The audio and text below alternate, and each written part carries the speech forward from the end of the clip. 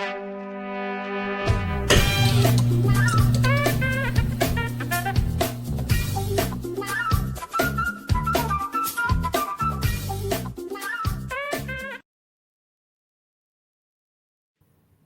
is up, wrestling fans? It is Thursday night. It is 8 p.m. Eastern Standard Time, so you know what that means. It means these guys from NI Wrestling are here to talk about all things pro grappling and call it right down the middle. That's right. It's time for this week's edition of NI Wrestling Presents Wrestling Night Live. And we are live on the Nerd Initiative YouTube channel. We are also on the Facebook, X, Kick, and Twitch channel. Thank you for tuning in wherever you're watching us. I am your host for the show, and I am also the head of NI Wrestling. My name is Rich. Joining me, as he does in the co-pilot share each and every week, he is the man that doesn't need an introduction, yet he has the longest introduction in all of Nerd Initiative. Ladies and gentlemen, I give to you the host of the Ocho Duro Parlay Hour podcast, better known as the ODPH. I give to you the host of Turn a Page, the comic book showcase every Tuesday night at 8 p.m. Eastern Standard Time, right here on the Nerd Initiative YouTube channel. And last but certainly not least, he is the man that is the editor-in-chief of nerdinitiative.com. It is Kenem. Nerd Initiative Nation, happy holidays. Join us in the chat, super chat, wherever you're listening and watching us from. We want to talk some pro wrestling with you. And next up, he is a man who is a Pokemon hunter. He is out there to collect them all. But their time, he also likes to watch grown men wrestle in their underwear. That's right. Ladies and gentlemen, he is the Beast. Well, the sexy Beast incarnate himself. He is Nick Lesnar. And he's also brought to you by XLEX. Yeah, apparently I'm brought to you by XLEX this week. You know what, Nerd Initiative audience, we got a lot to talk about, but I have to give a shout out to Marty Stoked. Happy Hanukkah, my friend. Yes. Shout out to Marty. Happy Hanukkah. And this is what, night 2, I do believe? Because yesterday was night 1. I think Christmas was night 1, so it's night 2. So thank you. Light those candles, Marty. And of course, for everybody who celebrated Christmas, merry day after Christmas. Hopefully you got what you wanted and didn't spend any time at the stores returning things. Also, I know Kwanzaa's coming up, so happy Kwanzaa ahead of time. And of course, we're running our way right into the new year. And the final major event of this year of 2024 is coming up, AEW's World's End, which at the end of this episode, the main event subject we'll be talking about the World's End Pre-Show Extravaganza. But before then, and before we dive into talking about, for the first time in a long time, no WWE, by the way. Yeah. Interesting. We got the best of the rest, if you will. But before we jump in and talk about all of that wonderful stuff, I got to get some things out of the way. And first and foremost, I need to imply you to go over to the home of pop culture positivity. That's right, nerdinitiative.com. There you will find comics, pro wrestling, movies, TV, news, and more. And if it's not there, well, it's already the end of 2024, but trust me, we've got a huge 2025 planned out for everybody because this is the last Wrestling Night Live of 2024, by the way. Correct. So I want to throw that one out there. Next time we come to you, it'll be a new year. Yes, it is. So make sure you head over to nerdinitiative.com and join the revolution in 2025. You might as well get a head start now. Of course, I also would like to implore anybody who is watching us on Facebook, Kick, Twitch, or X, please make sure you follow us on all those great platforms. However, if you're already on YouTube, you've already got part of this battle done. Get on over to the Nerd Initiative YouTube channel. Make sure you smash the subscribe button. Make sure you click the bell icon for notifications so you know whenever we go live or put up a new video. And last but certainly not least, tap that thumbs up so the boss, the GEO, Michael, knows that you want more pro grappling and just standard talk going on. Mm-hmm. Trust me, Nick's pitching specials to come out in the beginning of 2025. So there's a lot more happening in the pipes in the drink. It just means more work for Rich, brother. I'm just saying, I almost hit him with a Miro in honor of his birthday. It's not going to work for me, brother. But we're going to make sure things happen. So with that being said, though, we came here to talk pro wrestling. I know you guys want to hear it. And guess what? Last week we forgot to preview the show because let's be honest, most people forgot the show was a thing. But I did tune in. I did watch Ring of Honor's final battle. And for the first time in a few years, actually the first time since Tony Khan has owned Ring of Honor. It was finally back in the home of Final Battle. That's right, the Hammerstein Ballroom in New York City, one of the meccas of pro wrestling. We are not going to go match by match. I'm going to go through the whole card, and then we're going to kind of chat about it because, oh boy, there was 13 matches on this card, and we have a whole show to preview later on. So in the interest of time and fairness, I'm going to go through and kind of give you what happened during the night, and then we'll kind of talk about our good, the bad, and the ugly, if you will. Like a lot of good here, by the way. Just throwing it out there. So first and foremost, in the pre-show, we had 4 matches. The opening contest in the pre-show, the Grizzled Young Veterans would defeat the Dark Order in 11 minutes and 26 seconds. Next up, Hanako defeated Harley Cameron in 7 minutes and 19 seconds. Next up, we had a tag team match where the Undisputed Kingdom defeated the Infantry. That would be Charlie Bravo and Captain Sean Dean. I forgot they even still were there. 9 minutes and 56 seconds. And the last match of the opening, which was very tag team heavy, was another tag team match where Gates of Agony would defeat Lee J, which is Lee Johnson and EJ Ndoku, by pinfall, 10 minutes and 21 seconds. Let's start off the actual card. In the singles match, Atlantis Jr. would defeat Mansoor in 11 minutes and 58 seconds. Next up, Shibata would defeat Tommy Billington. That's right, the Dynamite Kid's son. Son, 9 minutes and 49 seconds. Next up, we would have Jay Lethal, who returned as Black Machismo. Yeah. And I was here for that, by the way. Defeating QT Marshall in 12 minutes and 40 seconds. QT coming out to a new NWO-esque theme? Yeah. By the way, this was my favorite one for entrances just because of that. We had the NWO-esque theme, and then we had, oh, yeah. And it was good. I was on board for the return of Black Machismo. Just throwing that out. Next up, we had our first championship match of the evening. The ROH Women's World Television Championship was on the line. Your champion, Red Velvet, defending the title against Layla Hirsch, 11 minutes and 49 seconds. And at the end of the day, Red Velvet is still your Women's World Television Champion. Next up, the Pure Wrestling Rules Championship was on the line. And remember, this was to be for a surprise opponent for one Lee Moriarty. By the way, the judges for this match, because as you know, in the Pure matches, it can go to the judges. Your judges were Christopher Daniels, Jerry Lynn, and Rocky Romero. By the way, 3 great very solid on the judges. Lee Moriarty, your champion. He's defending against a man that we were all shocked to see, and the Hammerstein Ballroom went nuts for.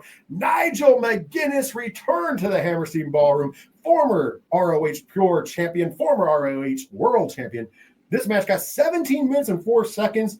Nigel still can go, let's be honest. I see a little bit of that when he took on Bryan Danielson. A little different here taking on Lee Moriarty, but Lee Moriarty is still your Pure Wrestling champion. Hands off, we'll talk about that probably more in a minute. Next up, it was a Texas Bull Rope match for the ROH World Tag Team Championships. Your champions, the Sons of Texas, Dustin Rose and Sammy Guevara, taking on the Righteous, Vincent and Dutch. This match got 15 minutes and 32 seconds. And at the end of the day, and still your ROH World Tag Team Champions, the Sons of Texas.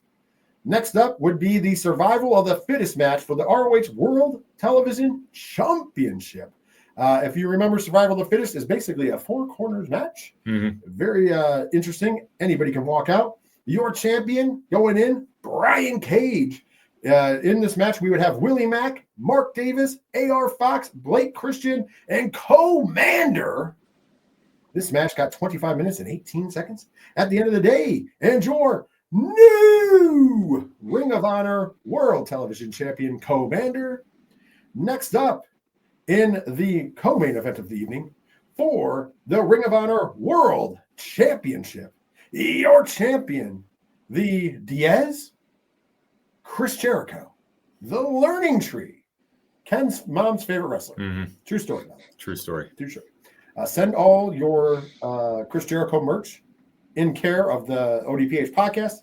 Trust me, it'll give you brownie points if you would. In taking on always ready Matt Cardona, who showed up in the Ghostbusters gear in Ecto 1. Yeah, he definitely was ready to go for this one. Great entrance.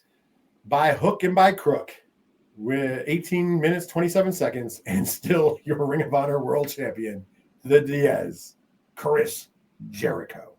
And in the main event of the evening, for the Ring of Honor Women's World Championship, your champion, the forever champion at this point, Athena, taking on her former protege, Billy Starks. This match got 25 minutes and 34 seconds, and the winner, and still your ROH Women's World Champion, Athena. Great match, by the way. And I'm going to start here on my first things before passing it. Probably the biggest mistake of the night, in my opinion. The crowd was really behind Billy Starks, even though she's been kind of a heel, kind of a face. She's kind of been a tweener lately. People are kind of getting tired of Athena being your champion. Granted, we know she's talented and great. Once again, begs the question of why she's not on television for AEW, why she's been champion for like 3 years in Ring of Honor. But this would have been the perfect opportunity, the return to the Hammerstein Ballroom, to have a title change to somebody the crowd would have popped hard for, because let's be honest, Billy Starks has wrestled in the Hammerstein before. That crowd was solidly waiting for that 1, 2, 3. You would have gotten the pop of all pops. And instead, Athena's still your champion. Make it make sense. Can it? I can't. I thought that this was the time to do the belt switch. It's nothing against Athena, because Athena has been an amazing champion. But I have to echo what you said. Why she isn't fighting for the AEW title at this stage is beyond me. This would have been a perfect time to transition the belt to Billy, because Billy had that crowd ready and excited for that change. It didn't happen. And now it's where are we going from here, because Athena has more or less cleaned out that entire division. So we have to have new challengers step up to go for the belt. And this, I felt it was a missed opportunity. Nick, do you want to add anything to that or any other match real quick? Well, I think that was overall the show was missing that kind of a big moment. And that was the perfect opportunity to have an incredibly big moment. And it's a little disappointing. You know, the show was quite long. There were 4 pre-match shows. And, you know, if you're into just watching good wrestling and good in-ring storytelling, sure. But it's a lot of matches to get through. And for a show to go through that, have such strong performances, you know, including from the Learning Tree, Ken, he had a decent match. Yeah. But the show was just kind of missing that big payoff. And for that main event, and you didn't get it there, kind of hurt the show overall in a way. It's like, that was the one thing it was missing, and it was right in the palm of your hands to do it. Fully agree. Yeah, and, you know, there's some other things. I'm going to say this. It was a great night of wrestling action. Oh, yeah. If you have the opportunity to go back, if you didn't watch, go watch Final Battle 2024. Overall, this was a very satisfying night of pro wrestling action. The only questions I have are just like some things. You know, you had Cardona, who has been booked pretty much as a heel everywhere. I get in New York, kind of being a face against Chris Jericho. You know, the setup for this was great, where even Chris Jericho showed up and attacked him at GCW with all the rumors and everything going around between GCW and AEW, especially over the Ricky Starks stuff and et cetera, et cetera. Jericho showing up is a thing, you know what I mean? So we get here, we have a great match. Jericho puts on a show. Cardona has been, you know, top of his tier in the indies lately. For anybody who's been living under the rock for the last 3 years and haven't seen that Cardona is the king of the indies. And we get a good match. Of course, Brian Keith helps him win. Okay, I'm fine with this. But then the return of Bandito. And it didn't look like Bandito was 100% even. And especially, too, they've been doing the vignettes on Dynamite. Right. Yeah. But the return of Bandito, Cardona is not I mean, yeah, I guess he was getting cheered because of Jericho, but he's not exactly a babyface. Yeah. And here comes Bandito, the white meat babyface Bandito, to save the day. And like you said, he's been coming back into Dynamite. I was okay with the World Television Championship match. You know, a lot of people thought the Commander was the MVP of the Continental Classic, despite the fact that his record didn't show that, which is fine. Somebody's got to get pinned, right? Yeah. However, this was a good step up for him. He got a nice little win there. Loved it. I'm a little off, you know, when AEW started, they took their cue from Ring of Honor of having the best tag team matches. You know, and it wasn't that long ago that the late, great Jay Briscoe and Mark Briscoe took on the FTR, not 1, but 2 years in a row at Final Battle, to some of the best tag team matches we've ever seen. And our match for this is Dustin Rhodes and Sammy Guevara versus Vincent and Dutch. Yeah. That was the one match on the card I was like, on the main card that I was like, what has happened to the state of tag team wrestling in general? It has not been a good year for tag team wrestling. No, it's not been a good year for tag team wrestling at all. And like one of the biggest takeaways that used to be busted on about the WWE was, hey, we'll just throw guys together and make them a tag team. Mm-hmm. And now they've seemed to slow that down. And actually, even though tag team wrestling is not completely in the forefront, let's be honest, at least they have real tag teams. And now I think a lot of your tag teams that you see, granted, you have Private Party on AEW television, but we've seen a lot of thrown together tag teams. And sorry, Dustin and Sammy feel that way to me.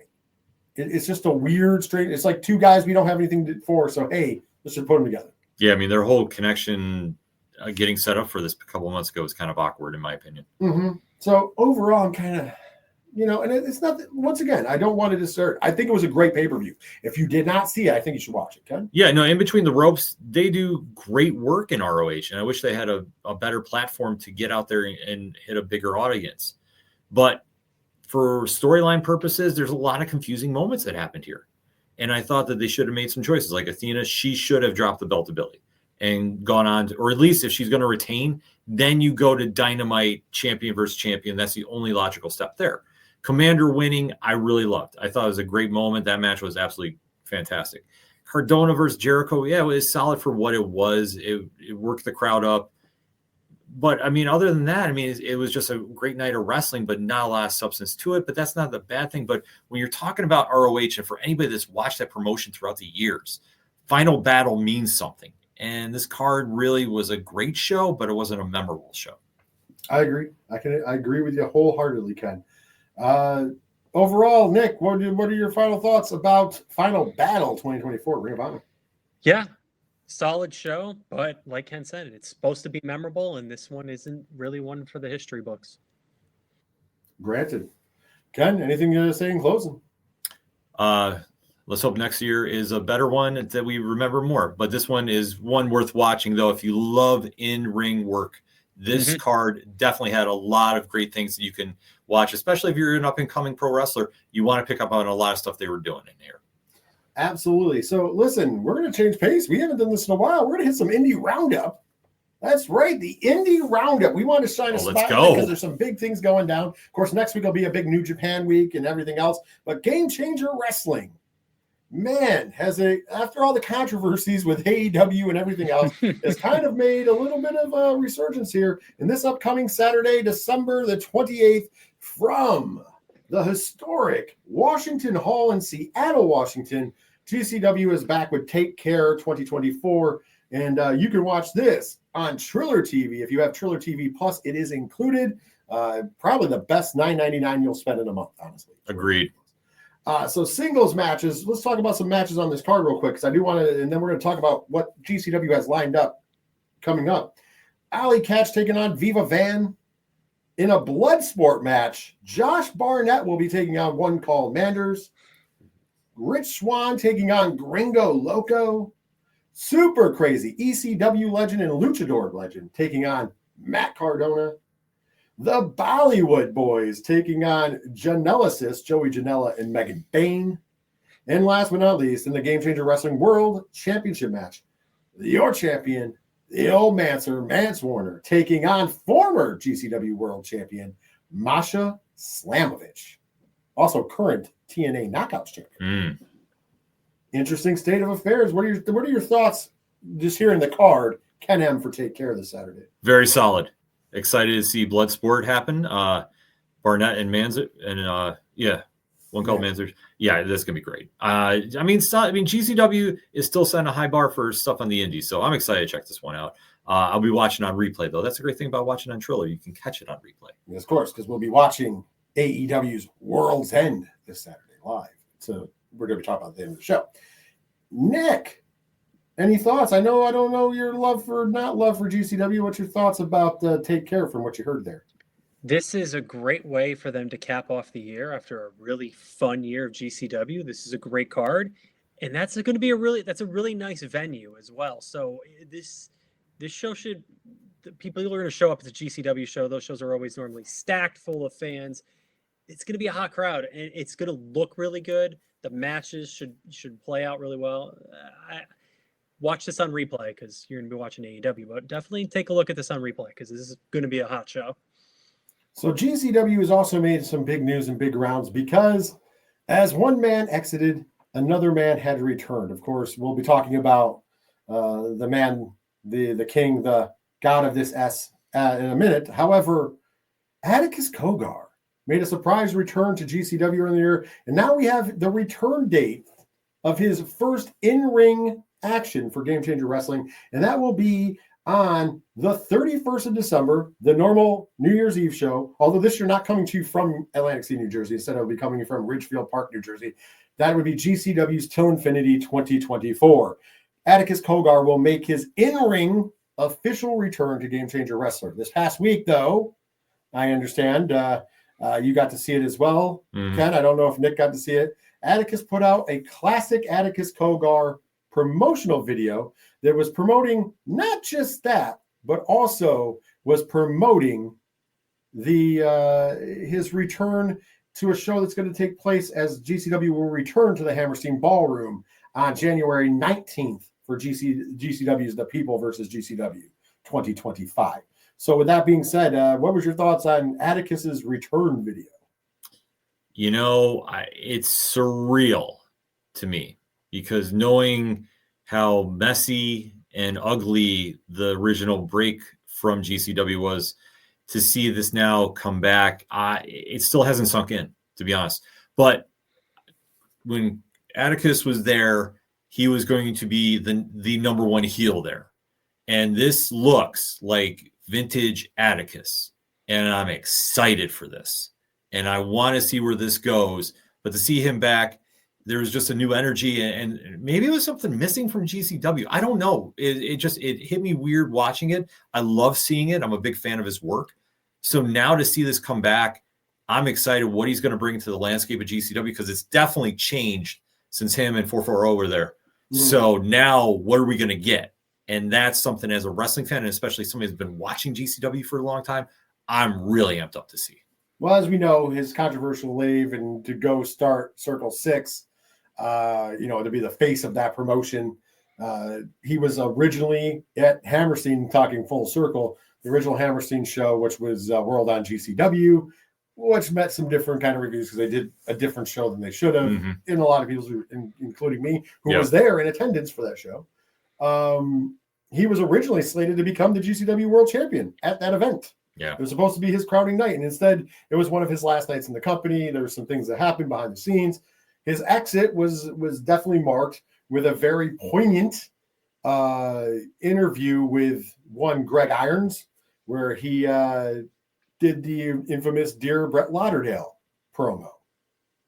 And of course, in the new video, it teased, hey, when you came to the facility, because they're saying that he's been in a mental facility, when you came to our facility to be healed up, you had made a video diary and you called it Dear Brett Lauderdale. Now you said that you would make one when you were leaving, and now that you're about to leave and return, what are you gonna call it? And of course, on the screen it flashed Dear Brett Lauderdale Part 2.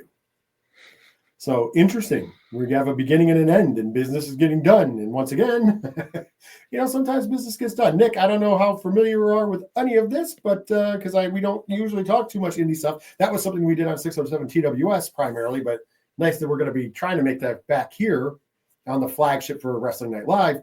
Any thoughts on Game Changer Wrestling and Atticus Cogar? Well, I think this is just another reminder, and every wrestling fan, including the three of us here, always fall into this trap. And this is just another big slap in the face of never say never in wrestling. Yeah. Never say never in wrestling. That how many times have we said that'll never happen? And then it does. And then it does. And look at that. Squeaking in one match of the year here, one appearance, and then next year, 2025, off and running. Yeah, kind of cool. Definitely cool.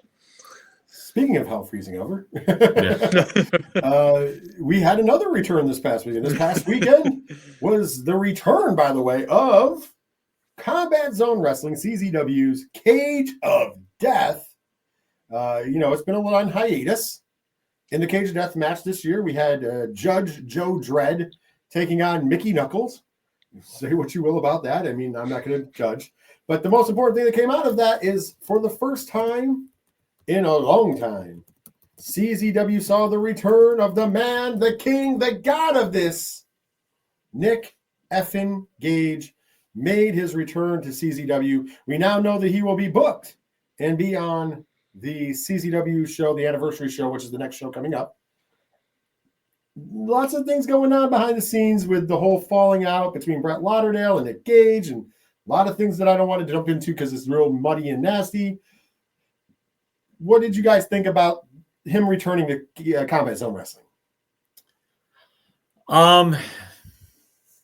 I was very, very shocked. Just because as GCW's popularity has risen, Nick has been the John Cena of GCW. Like, he's synonymous with the company. To see him somewhere else, it doesn't register with me. It's a weird thing, but this is because when GCW was really making the revolution in indie wrestling, and when they're making the initial push to the Hammerstein, and you have that great video vignette that the core talent did at that point, and Nick was featured so prominently on it. To see him now go back to CZW away from GCW, it doesn't seem right. Like, it feels off to me. Like, I mean, more power to him. I hope he finds a lot of success there, but at the same time, like, it doesn't click. It's like when your favorite guitarist leaves your favorite band and goes start something else. Like, yeah, it's great, but at the same time, it's different. Well, before I turn this over to Nick, you have to remember the last time we saw Nick Gage in a CZW ring was also at Cage of Death. And it was infamously when him and Brett Lauderdale, unannounced, invaded, and it wasn't a work. Yeah. It was real. It was a shoot, yeah, complete. Him and Brett invaded the Cage of Death. And GCW was starting this up. That was when GCW was starting the upflow, and CZW was starting its decline. And that was really the death note of CZW for a lot of people. Was the night that RSP's inside of Cage of Death, and here comes Nick Gage and Brett Lauderdale, and DJ Hyde goes after Brett because he's not going to go after Nick. And they just walked into your show and shut your show down. Yeah. And if you know anything about Cage of Death, it takes like an hour to put the damn thing up. Yep. And it's after midnight usually when it happens. So the crowd is like, what's going on? They think that there's some working relationship. And meanwhile, it was a burial. Fast forward, like, what is it, 5 years later, 4 or 5 years later, here's Nick Gage entering the cage again, but this time as the returning hero. It's a weird world we're living in for Nick Gage. Nick, your final thoughts on this? So there's another old phrase in wrestling, and controversy creates cash. But the key thing about that needs to be reminded, though, is you have to capitalize it. So think about this position here. You have the return of Nick Gage. You have a company that's been all over the place. Nick Gage is going to bring people in. He's going to bring eyes on the product. So you need to capitalize on all these shenanigans that's been going on for a while now. But you're going to have eyes on your product, so you need to capitalize on it because he's going to bring people in. He does. He's got a following. So can they capitalize on it? GCW has capitalized on their controversy all year long, and look what they're doing now. They're really hitting some home runs. So can these guys do it as well? We'll see. I mean, GCW, I'm being completely honest, and this is a fan of the product. I think the 2024 was a bad year for GCW. In the ways of I'm saying that they weren't as hot as they were in the few years past. GCW was on the level where people were talking about, is it the second or third best company in the country? Yeah. You know, even when AEW was doing really well, GCW was that third brand above TNA to a lot of people, even though it was an indie. They were doing big things like the Hammerstein and selling out. And not saying that they're not still selling things out. Right. But they're still doing solid. It feels like they weren't making the noise that they were making in 2023 or 2022 or 2021 in 2024. It feels like some of the noise, and to your point, Nick, it feels like some of the noise they were making wasn't just like, because there was great in-ring action going on. There was a lot of good like events and fights, and we all tuned into because we're fans to watch them. However, like it was more like, hey, the whole thing with Ricky Starks went on. Yeah. And them and AEW, or they have some kind of working relationship with WWE because NXT and WWE. I mean, remember at WrestleMania, CM Punk was at Bloodsport. Like he's taking pictures with people at Bloodsport. And then they've had WWE talent on their shows. You know, main roster talent. The Creed brothers have both wrestled Bloodsport. a lot of NXT talent, you know, like they've done really good work. So that was something that they were being talked about. And I'm not saying that's controversial, but it's more than just the wrestling. Right. And then the Nick Gage saga happened. Like, we didn't see that coming, him leaving GCW. And so there was that controversy. Like I said, the Ricky Stark stuff most recently. And then I feel like they finally got back into the positive controversy with the return of Atticus Cogar after all of that. Mm-hmm. Yep. And now it looks like they're capitalizing it. And I'm looking to it going, hey, I think Brett and the crew are going to end 2024 with a bang. And we're going to open 2025. And I think that this could be 2022 GCW. Well, they have a lot of pressure on them, I think, and especially going back to the Hammerstein with the People versus GCW. Like, that show has to deliver, and I think for the longtime fans, the pressure to do this is immeasurable. And now for anybody that wants to come in, because like you talked about, they're connecting with an audience that only knows them as, oh, Ricky Starks was there. Okay, what's going on there? And now you have Atticus come back. Like, so they have a very unique fan base that's all going to be tuning in for the first time. So they really have to nail this. But I think we're going to get a good temp in the room at the New Year's Eve show. I agree. And I will say this. I think, this is just prediction. This is not, I don't know. I haven't talked about it with anybody in the know. But I think that, to your point, the Hammerstein return, the People versus GCW, needs to, in my opinion, right the wrongs of the past. Yes. I think it needs to be a full circle show. And with that being said, the biggest thing that you do there, in my opinion, Vance versus Atticus. Atticus wins the belt. And then we hit the reset button. We pretend it's 2021 all over again.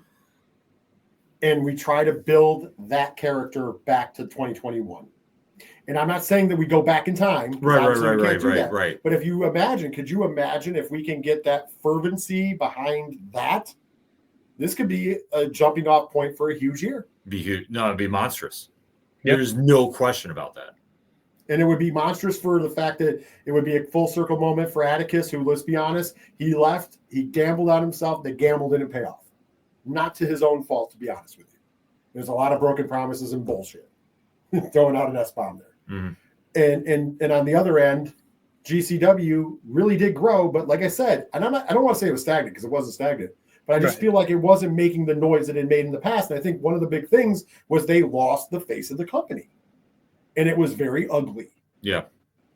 I feel like this could be a full circle moment to go, hey, this was going to be our face of the company. We separated. We both gambled. We came out on two different ends. GCW did go on to be really successful. It is still successful. Hey, how about we try this again? And we do it right. We right the wrongs of the past. We put on a GCW show in the Hammerstein instead of what we thought mainstream people wanted to see, which is what they did for World on GCW. And we now put on a real GCW show and say, here we are. Yeah. We're on a Sunday night. We're on pay-per-view. Here we are. I think it could be a winning experience, in my opinion. I mean, the blueprint's there. They just got to go through with it. But yeah, if they could recapture that magic or just re-envision it, I should say, because you're never going to recapture it. But if they can present it in a new light and a new way, yeah, I mean, it's in a weird sense, it's Atticus finishing his story, as we like to compare with Cody, because, I mean, the story is very different. But if you can get to that one moment in time and then go from there, and this also will answer that what-if question, then I think they really have something magical there. But isn't that wrestling in a nutshell, Nick? Isn't it always about finishing a story? Well, it's about finishing a story and then immediately starting the next chapter, right? Because it's never really, it's more like finishing a chapter. Finishing a story is not really necessarily the right phrase. It's more like finishing the chapter. Sometimes you finish a book, but then there's a sequel. You just move on to the next one. So one thing to just highlight, not even just about GCW, just wrestling in general, there's been a lot of wrestling. And this Q4, it seems like a lot of companies have really done a lot of work to set themselves up for 2025. And think about what some of these companies did all year long. GCW, they were kind of stagnant a lot of the year. There wasn't some of the best press, but they're putting some chess pieces now, and they're really stepping up. TNA, they really stepped up, especially this end of the year here. So CZW, they're making some moves there. So wrestling is really in a strong position for a really good 2025, and there's a lot of eyes out there that are willing to tune into all of it. I mean, I know we didn't talk about it last week, but we'll take a brief moment. I have to interject. The TNA stuff, they're really hoping the controversy creates cash, bringing back Tessa Blanchard.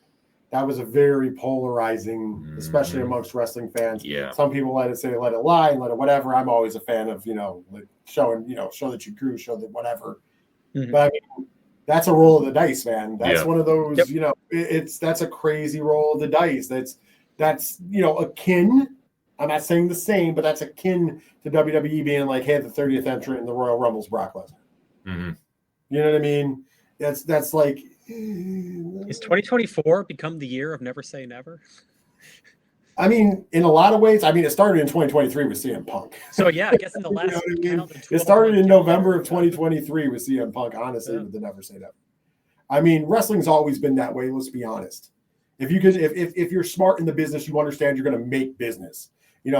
Controversy does create cash. You know what also creates cash? Real life drama. Mm-hmm. When you add a little bit of never. This person hates this person or doesn't like this person, doesn't get along, and you can do business, it makes money. Yeah. And smart people make the money. Well, we had TNA, invading NXT, and we have WWE guys going overseas. It is kind of the year of never say never in a way, all these things you never normally see, The giant Omos and Noah. What? Yeah. Get him some right. But of course, Nakamura going back for the January 1st show. Yep. So the world's going to be looking at Noah again for the January 1st show. I mean, we thought that was just a one-time thing for Muda. No, it's not. It's so there's a lot of moving pieces going on and a lot of really good stuff going on in pro wrestling. And if you're like us and you like that smorgasbord and buffet, you got a lot going out there. So keep your eyes posted. We will be doing a lot more with the indie roundup and a lot of other things, giving some due diligence and time to things that aren't just WWE or AEW on the show. So that's kind of like our New Year's resolution, and why the hell not kick it off with the last episode of the year? Yeah, because we got a lot of big things coming up, and like next week will also be a not as WWE heavy show. Let's be honest. I'm not saying there won't be any WWE news. It will be less WWE news because there's some overshadowing shows. Although we will be talking, about WWE's move to Netflix as well. So there's kind of like it's still there, and it's not like we're down talking WWE. But right now, WWE's on a little bit of a break. I mean, let's be honest. They taped a couple shows. We're on a break, and filling that void is some really good wrestling. So I think that this was a perfect week for some of these things to happen in GCW, TNA, and AEW respectively, because they have the stage, because the WWE is kind of like holiday season. And that's not a bad thing. That's good for the workers. So with that being said, though, we are going to switch gears and we are going to talk about some all elite wrestling, because this upcoming Saturday night, we will be watching AEW's World's End. So you know what that means. It's time for the AEW World's End 2024 Pre-Show Extravaganza. And let's kick this off by saying it's coming to you from a new home. That's right. AEW's World's End goes down this upcoming Saturday, December the 28th, 2024. The 0 hour starts at 6:30 p.m. Eastern Standard Time. That's when the pre-show stuff starts. And I think the matches are not until 7-ish, like normal. And then 8 p.m. Eastern is when the main show starts. And I do have that in front of me this time, so I know it's the right time. Just throwing it out there. And it will be resonating from the Edition Financial Arena in beautiful, sunny Orlando, Florida. That's right. Not in Newark, New Jersey this year. Not in Nassau Coliseum in Long Island this year. No. We're coming to you from sunny Orlando, Florida. Ken says it's because the Jacksonville area was booked. Yeah, I thought I heard something, and if I'm wrong, hit us up on the socials. Yeah, there's something I thought they were trying to get back to Jacksonville for this one, but Orlando's not bad. Orlando's close enough. Hop, skip, and a jump. By the way, this is not the finalized card because obviously we're recording on Thursday, and trust me, they're going to add more. There is 8 matches announced. That's not enough for an AEW show. No, there's going to be more, but 3 of which are all about the Continental Classic. So let's talk about those. In the Continental Classic, we have both semifinal matches, and then we know who will be in the final. So in the semifinal matches, which will both go down at AEW's World's End, we have, you couldn't have booked this better, huh? Will Ospreay taking on Kyle Fletcher. Well, yeah, I was going to say this is picture perfect booking. Yeah. I mean, honestly, I'm not mad about it, but it's kind of interesting. We got Will Ospreay versus Kyle Fletcher. I'm going to get your picks in a minute. We're not going to give the picks right now because I want to say them all. Then in the other semifinal match, we have your Continental Champion, the Rainmaker, Kazuchika Okada, taking on the newly crowned king of TP. That's what the Hammerstein crowd thought of him, at least. Ricochet. He went from being, the aerial assassin in WWE, if you will, to being toilet paper. By the way, Will Ospreay's reaction to the TP was hilarious. Yes. I did enjoy Will Ospreay's reaction. With that being said, that means the final match will be between the winners of those matches for the Continental Championship. Not only will you, so Okada doesn't even have to be in the finals to lose the belt. Yeah. And if he loses to Ricochet, Ricochet does not become champion. The belt is on the line at the end of the night. So with that being said, what are your guys' picks for each of the matches? And then I'm going to get we're going to give our picks for each of the matches. And then I want to go back around and give the pick for who you think is taking it all. So starting with you, Nick, who do you have winning the 2 semifinal matches? I have Okada and I have Ospreay. Ospreay and Okada. You are up now, Ken. Ospreay and Ricochet. Listen, I like both those picks. And I think Will Ospreay is definitely winning his match. Yeah. I am also going to side, though, with Ken on this. I'm going to say it's Ospreay and Ricochet because I don't think TK can help himself to not have those guys match up 3 times in the last couple months. Mm-hmm. Would it be a better, fresher experience if it's Okada and Ospreay? Absolutely. Completely. I'm kind of hoping that Nick is right because I would like to see that match. Hell, if it's Fletcher Ricochet, that's really out of left field, and I'm all about that. But in that case, Kyle Fletcher needs to win. But with our picks going in, Nick, we'll start with you again because we'll just got to do it the round. Who is walking out the AEW Continental Champion from World's End? Okada, due to Kyle Fletcher interference, to continue that story. Ken M. See, I'm torn here because the logical pick for me is Ospreay because I think they want to give him that. So if something should go wrong with the Moxley feud, he can slide right in, get a title shot, and hit the reset button. But I'm just going to go out on the limb just because I want to see the chaos ensue. I want to see Ricochet win. And then maybe because Kyle Fletcher costs Ospreay the match and continues their feud, and then Ricochet can keep telling people he's the MVP of AEW or whatever the current gimmick is now. Yeah, whatever it is, yeah. Yeah. The Andrew Tate of AEW, right? Is that what the internet's saying? Allegedly. Make me a sandwich, I think it's what I read. Was that a real comment? Yeah. I saw the receipt for that. Yeah. I don't know if that's gotten deleted yet. But yeah. Anyways, I'm going to go with you on this. I think Ricochet's going to walk out Continental Champion. I think probably somewhere he was promised a championship. So they're like, there you go. And in AEW, as we know, they say all the belts are equal, right? So I don't think that really works out that way, but whatever. But I can see Ricochet winning this one. Realistically, I do like Nick's pick as well. I like keeping the belt off of Ospreay because of what you said, though, Ken. I like keeping the belt off of Ospreay because, and this is smart booking, if you have to insert him into this Moxley feud to have him be because let's be honest, there's no bigger babyface than Will Ospreay. So if it doesn't get over for Darby Allin to become champion at some point, or circle back to Orange Cassidy or whatever you will, Will Ospreay is obviously the next pick. So keeping him free to get that belt on him, perfect. Him being saddled with another title kind of doesn't help that cause unless you're getting rid of the belt. Mm-hmm. All right, let's go through the rest of the card, shall we? Yes. Next up, AEW TBS Championship is on the line. Your, as of right now, double champion, because she's also the New Japan Pro Wrestling Strong Women's Champion, Mercedes Moné, the CEO. Not to be confused with the GEO. Yeah. GEO. She's taken on Chris Statlander. Who had that on their bingo card? A rematch of last pay-per-view. Ken, you get to go first here. Your thoughts on the match and who you got winning? Puzzled by the match. I'm going to say Monet retains because Willow costs Statlander the match because of reasons. Because I'm really confused at this match. Yeah, I'll be 100% honest.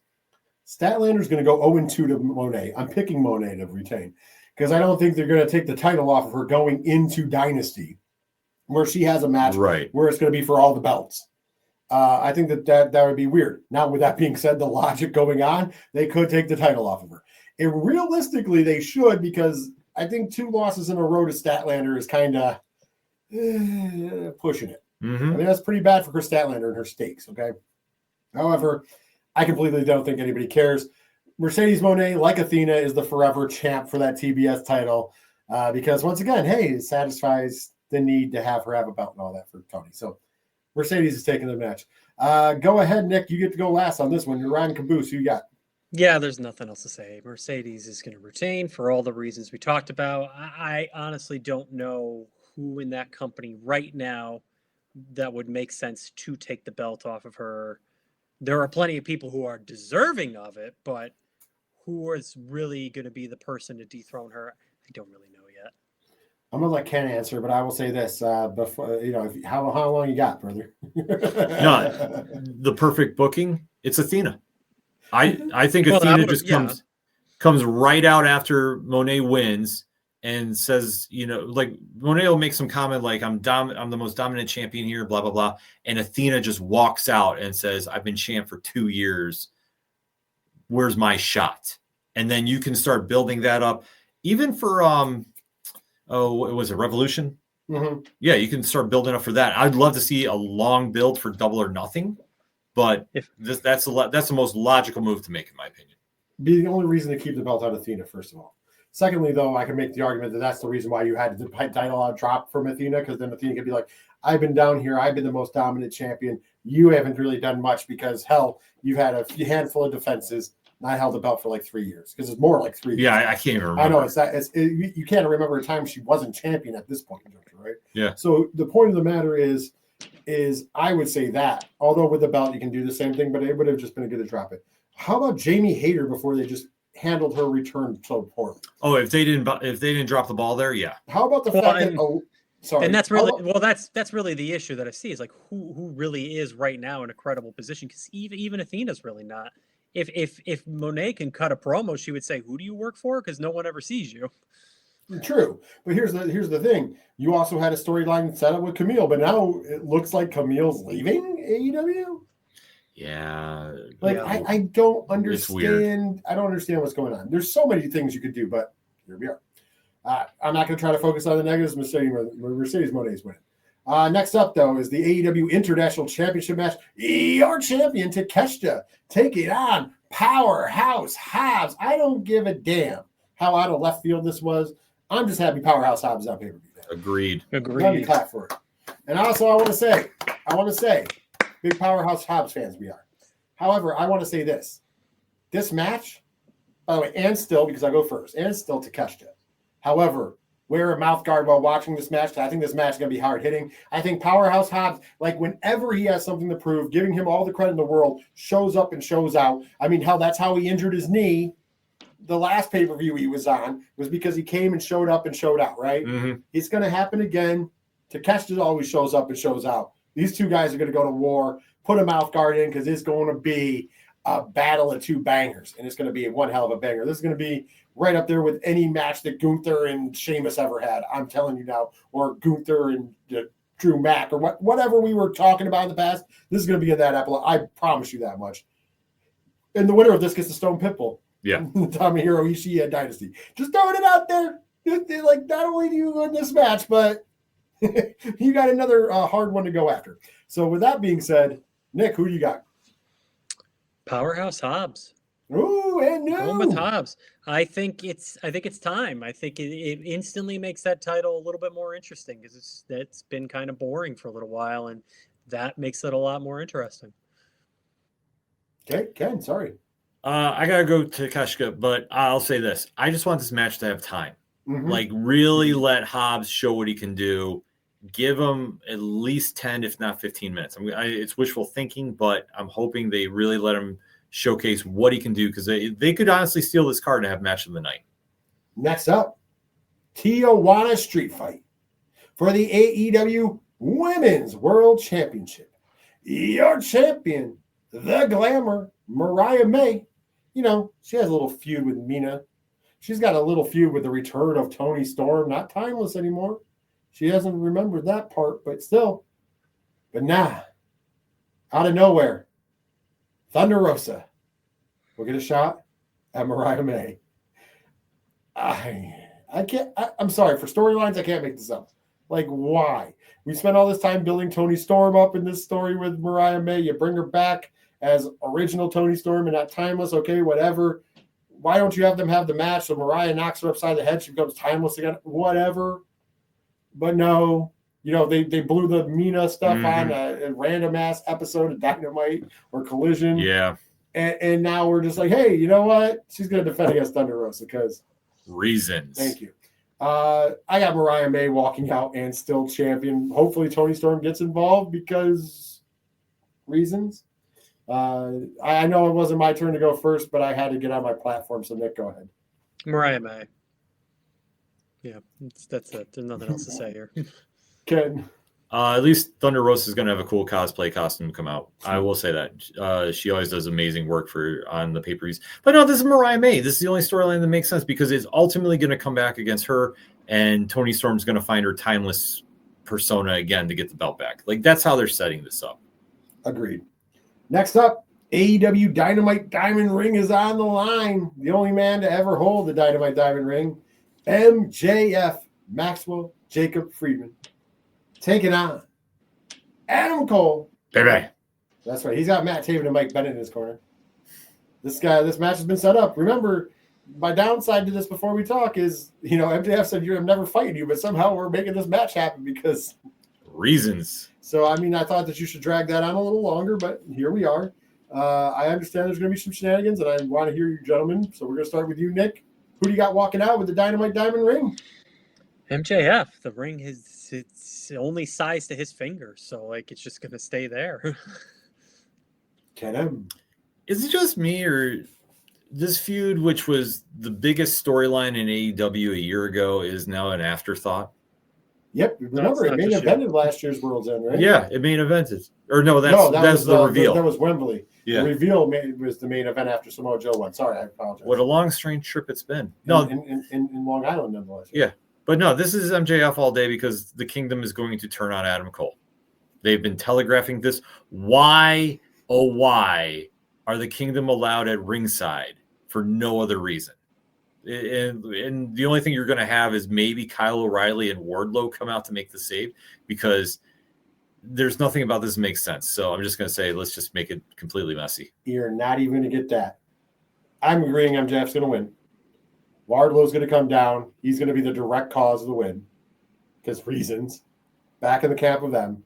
It's going to look like, obviously nobody's going to come down for the save right away because you have Taven and Bennett out there.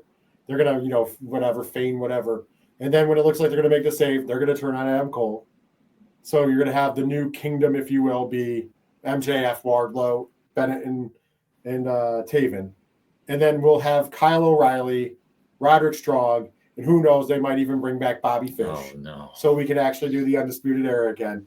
The writing's on the wall. Am I wrong? No, you're right. I just completely was trying to... You forgot that there was 4 members. So it's going to be 4-on-4 warfare because that's what we like in AEW. It's about the time of year they set up their 4-on-4 warfare, by the way, if you don't remember.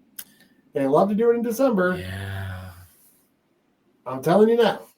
Undisputed Era, which won't be, it won't be Undisputed Kingdom because it won't be a bit Undisputed Generation, some nonsense to play off of it, right? Mm-hmm. And then they're going to take on the New Kingdom or whatever MJF calls it.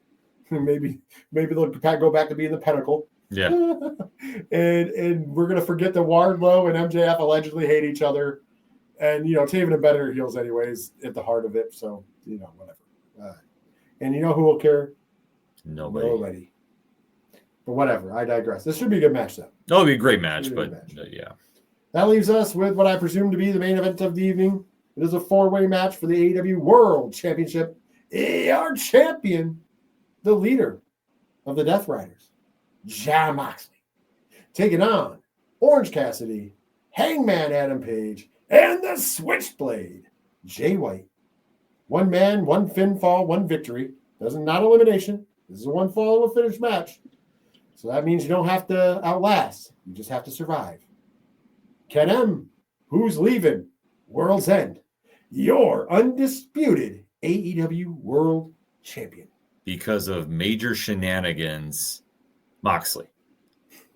And there's also that little point where Christopher Daniels now is going to be in the corner of Hangman Adam Page, or was trying to politic that on Dynamite. Like, it made no sense.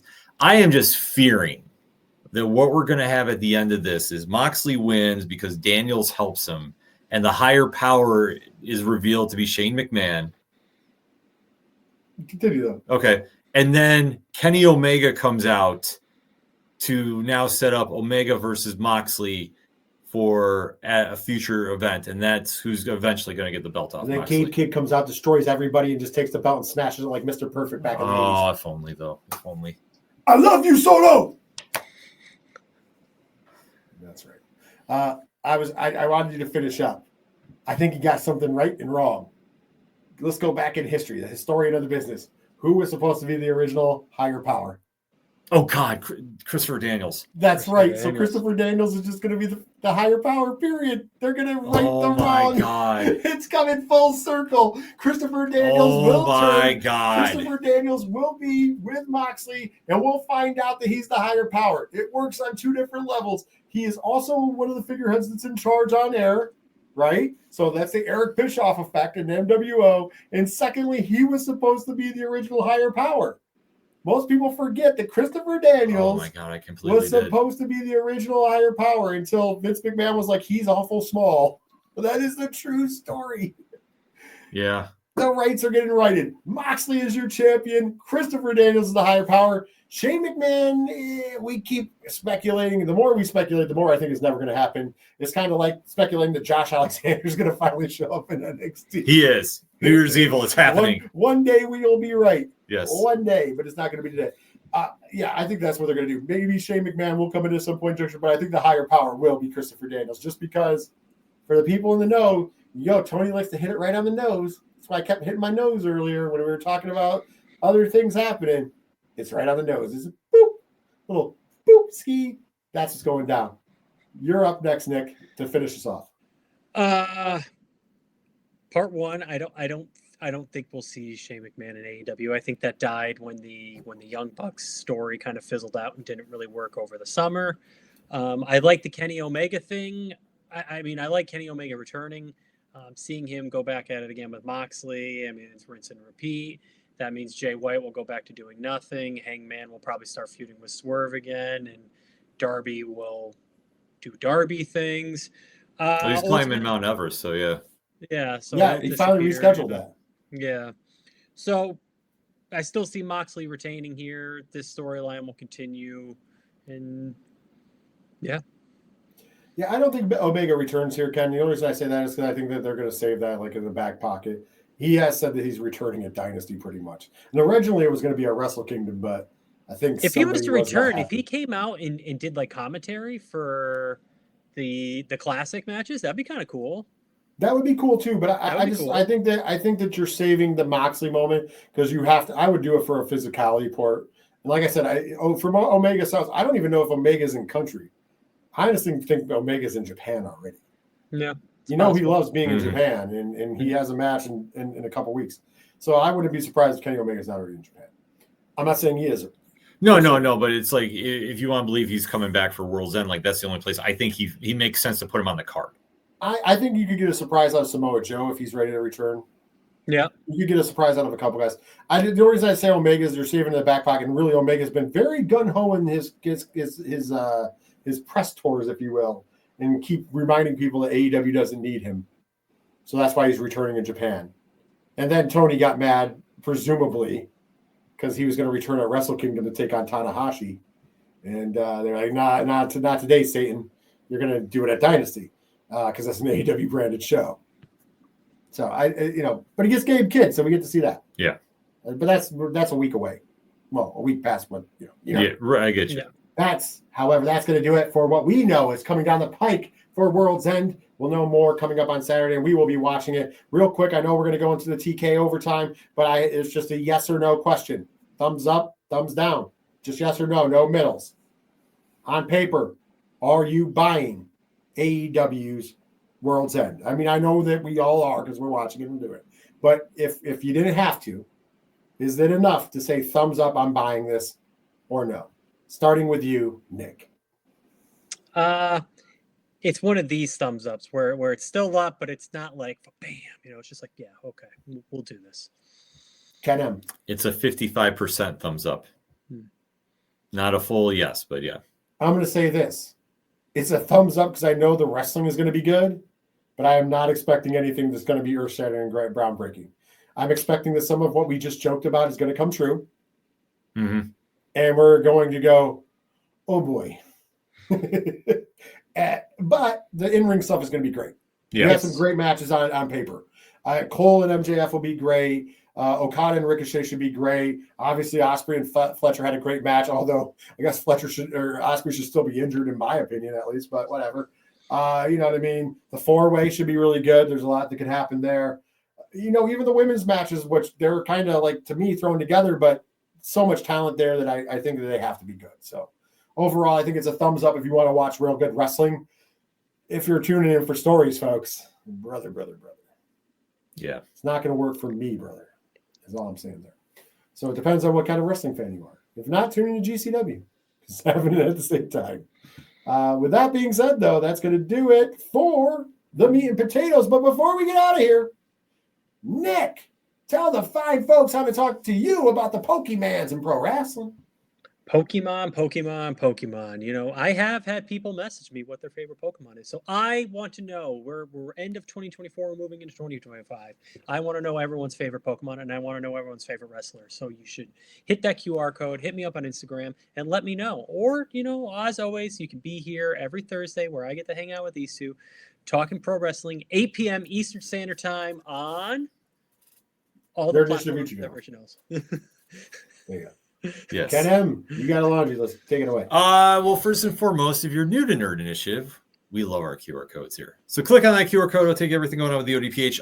Actually, no episodes this week. Unfortunately, Padawan J is under the weather a little bit. So it's holiday week, so we had a lot going on. So who knows? Maybe Wrestling Night Live will appear on the network this week. We'll be talking. Well, all right, so boom. You'll have Wrestling Night Live in podcast form, courtesy of Nerd Initiative. But if you want to talk about Nerd Initiative, turn a page next week. Let's get into that. The biggest event in Nerd Initiative streaming history is going down Monday night, December 30th, 8 p.m. Eastern Standard Time. The Cheersies Awards are coming, and this year is the biggest production that we have done thus far. So if you're into comic books, you definitely want to see who's walking away with the most prestigious fan award given out. That's all voted by you, the fans. So we have a lot of surprises in store for that. So you definitely want to make sure you're checking that out. So that's why it's so important to do the homework assignment and don't miss out when that drops. Bigger production means more work for Rich. Yes. So we're all for that. Who knows? We might even have more by the time Monday comes. So that said, new comic book day. Nobody does it like the Nerd Initiative bullpen. 30 reviews dropped today because it's, Christmas and most shops are closed. Digital stores were not open too. So if you want to go see about what you should be picking up this week, boom, there it is. And I'll take you there. It's over 30 reviews on site. So you can go find out the best of the best at the shops this week. Ghost Box number 3, Comixology, original. Find it on Comixology. There you go. Boom. Shout outs. Shout outs to Comixology. Yes. That's my pick for the week, ladies and gentlemen. That's just my humble pick for the week. Humble. With that being said, if you would like to hear some more of my humble opinions, or actually some more of my not humble opinions, tune in to the 3FN show. Of course, if you want to talk to me on social medias, all the social media links are at that QR code, 3fnpodcast.com. Links to the show are there as well. If you enjoy adult humor and if you enjoy movie reviews, that is your place. This week, dropping tomorrow, because of Magic Mind, dropping tomorrow is, of course, the new episode, which is our review of Sonic the Hedgehog 3. Yes. Check that out. It's a lot of fun doing that recording, but check it out. Of course, you're not going to, I don't think you'll be surprised. Do some good stuff there. On top of all of that, of course, every week, as Nick likes to point out, you can find us right here at Wrestling Night Live, 8 p.m. Eastern Standard Time. And that, of course, is on the Nerd Initiative YouTube channel. It is also on the Kick, Twitch, Facebook, and X. So there you go. Next up, let's talk about the home of pop culture positivity on the internet, nerdinitiative.com. Make sure you visit there for all your movies, wrestling, TV, news, and more.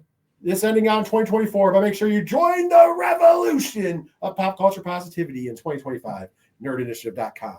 Then, because I'm contractually obligated to speak about it, We have merch over there. That's right. Go to that link to check out the merch, or just go to nerdinitiative.com and go to the merch section. Either way, we'll get you there. Mhm. Make sure you support some merch there. We have the standard Nerd Initiative merch, but we also have Wrestling Night Live, NI Wrestling, and Turnip Page merch. Make sure you get your hands on some merch. Support the brand. Support pop culture positivity. And last but not least, the QR code on the screen. If you are watching us on Facebook, X, Kick, or Twitch, make sure you hit that QR code, because if you're already watching us on YouTube, you're already there. Half the battle's done.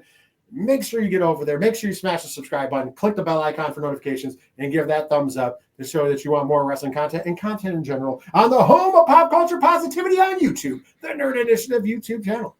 Well, with that being said, this is the end of the year 2024. This is it. This is it. This is the last show. I understand that the first isn't until next Wednesday, so a week from yesterday. However, this is the last time that Wrestling Night Live will be live in the year 2024. And I can say something cheesy like "see you next year," but I'm not going to do that because I'm not that cheesy. I'm also not going to say, I'm out, because I'm also not that cheesy. However, what I will say is, make sure if you go out and you're celebrating the new year, you are safe, because we would like you to tune in 2025. We always preach to be safe. Hopefully everybody had a wonderful Christmas. You're having a wonderful Hanukkah. You're having a wonderful Kwanzaa. Whatever you are celebrating, we are behind, and make sure you're having a good time. Make sure you celebrate the new year. You have a lot of fun, and you do it responsibly. Yes. Because we want you guys to follow us into 2025. We have a huge 2025 setup, including the Brodies, which will be going down in the first week of, the last week of January. More will be talked about next week's show, because we will be kind of tentatively launching when we will be putting the vote out. So with that being said, for myself, Ken M, and Nick in those funky glasses, 2025. ladies and gentlemen, 2025. 2020. Oh, you already got the 2025 Yeah, he's ready. hotness? I can't even see from here, because obviously the computer's not in front of me. He brought the A game. But thank you for bringing the 2025s out. So with that being said, for all of us, take care of yourselves. Take care of each other. And until next week, when we talk more pro wrestling, including previewing New Japan Pro Wrestling's Wrestle Kingdom, previewing New Japan X AEW's Wrestle Dynasty, recapping AEW's World's End, and all that other great news going down around the world of pro wrestling. Until then, folks, take care of yourselves. Take care of each other once again. And what's that? Oh, yeah. Later, wrestling fans.